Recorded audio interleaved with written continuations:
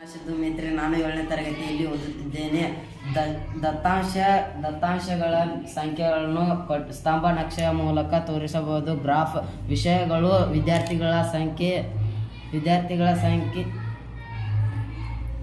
ನನ್ನ ಹೆಸರು ರಿತೇಶ್ ಅಸೋದೆ. ನಾನು 7ನೇ ತರಗತಿಯಲ್ಲಿ ಓದುತ್ತೇನೆ. ನಾನು ಮಾಡಿರುವಂಥದ್ದು ಘಾತಾಂಕಗಳ ನಿಯಮಗಳು. 1ನೇ ಘಾತಾಂಕ ಎ ಘಾತಾಂಕ ಎಂ ಗುಣಾಕಾರ ಎ ಘಾತಾಂಕ ಎನ್. ಇದರ ಉತ್ತರ ಎ ಘಾತಾಂಕ ಎಂ ಪ್ಲಸ್ ಎನ್. ನನ್ನ ಹೆಸರು ಗೌತಮ್ ಸಂತೋಷ್ ಮಾದರ್. ನಾನು 7ನೇ ತರಗತಿಯಲ್ಲಿ ಓದುತ್ತಿದ್ದೇನೆ. ನಾನು ಹೇಳುತ್ತೇನೆ ಆಕಾರಗಳ ಹೆಸರು. ಇದು 4 ಬಾಹುಗಳನ್ನು ಹೊಂದಿದೆ ವರ್ಗ. ಇದು 5 ಬಾಹುಗಳನ್ನು ಹೊಂದಿದೆ ಪಂಚಭುಜಾಕೃತಿ.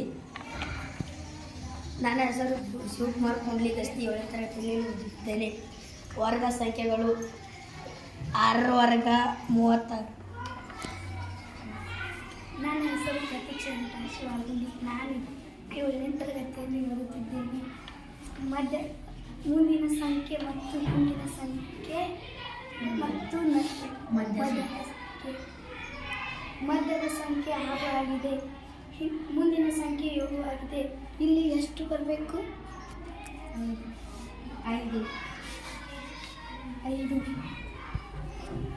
ನನ್ನ ಹೆಸರು ಕಣ್ಣಾಗಿರಪ್ಪ. ನಾನು 7ನೇ ತರಗತಿಯಲ್ಲಿ ಓದುತ್ತಿದ್ದೇನೆ. ಇದು ಗಣಿತದ table. Minus into plus minus ಆಗುತ್ತದೆ. ಮೈನಸ್ ಇಂಟು ಮೈನಸ್ ಪ್ಲಸ್ ಆಗುತ್ತದೆ.